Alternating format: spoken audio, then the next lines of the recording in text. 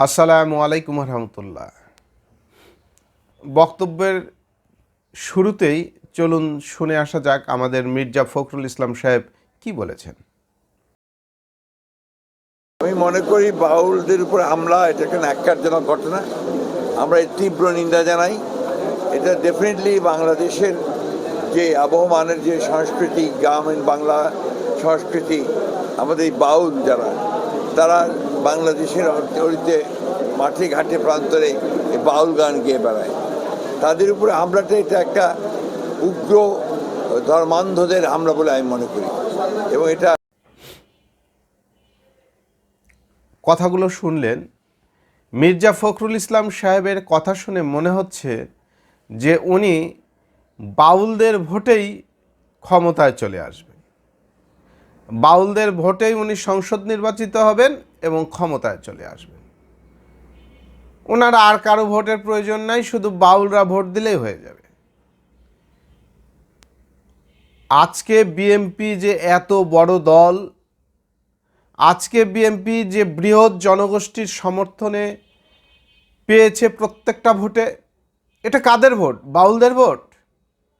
এদেশের যারা তৌহিদি জনতা, যারা ইসলামকে ধারণ লালন পালন করে মনে অন্তরে, তাদের ভোটেই আজকে বিএনপি দেশের বড় দল।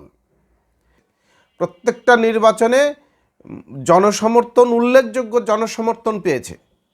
এটা কিন্তু ওই মুসলিম জনগোষ্ঠীর ভোটে, মানে মানে নাম কাস্তে মুসলিম না, যারা সত্যিকারের মানে ইসলামকে ধারণ করে অন্তরে পোষণ করে, তাদের জনসমর্থনেই একচ্ছত্র জনসমর্থন পেয়েছে বাংলাদেশ জাতীয়তাবাদী দল এতদিন ধরে।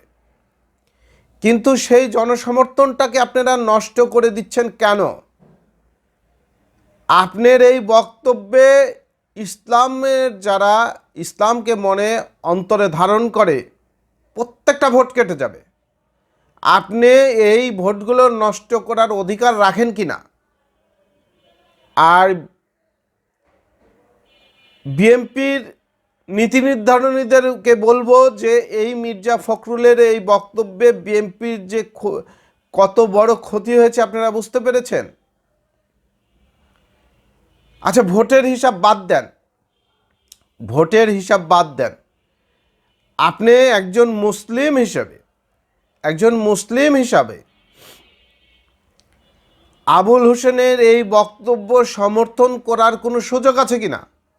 আমি তার বক্তব্য আমি আমার এই ভিডিওতে তার বক্তব্য দেখাতে চাচ্ছি না, কারণ তার বক্তব্য এতটাই কুরুচিপূর্ণ যে একজন মানে তৌহিদি জনতা, একজন যে ইসলামকে, আল্লাহকে, রাসূলকে অন্তঃস্থল থেকে ধারণ করে, তার পক্ষে এই বক্তব্যটা নেওয়া খুবই কঠিন। যার ফলে আমি তার এই বক্তব্য আমি ইউটিউবে দিলাম না। তো এই ধরনের কুরুচিপূর্ণ যে মহান সৃষ্টিকর্তা আল্লাহ তাআলাকে নিয়ে যে কুরুচিপূর্ণ, তার আল্লাহর কথাকে নিয়ে যে ধরনের মানে বাজে এবং নোংরা ভাষায় উপস্থাপন করেছে, তার পক্ষ আপনি আসলে, জানি না আপনি মুসলমান, এই কথা বলার পর মুসলমানের কতটুকু মুসলমানিত্ব আছে বা থাকে আমার জানা নাই, এটা আলেমরা বলতে পারবে।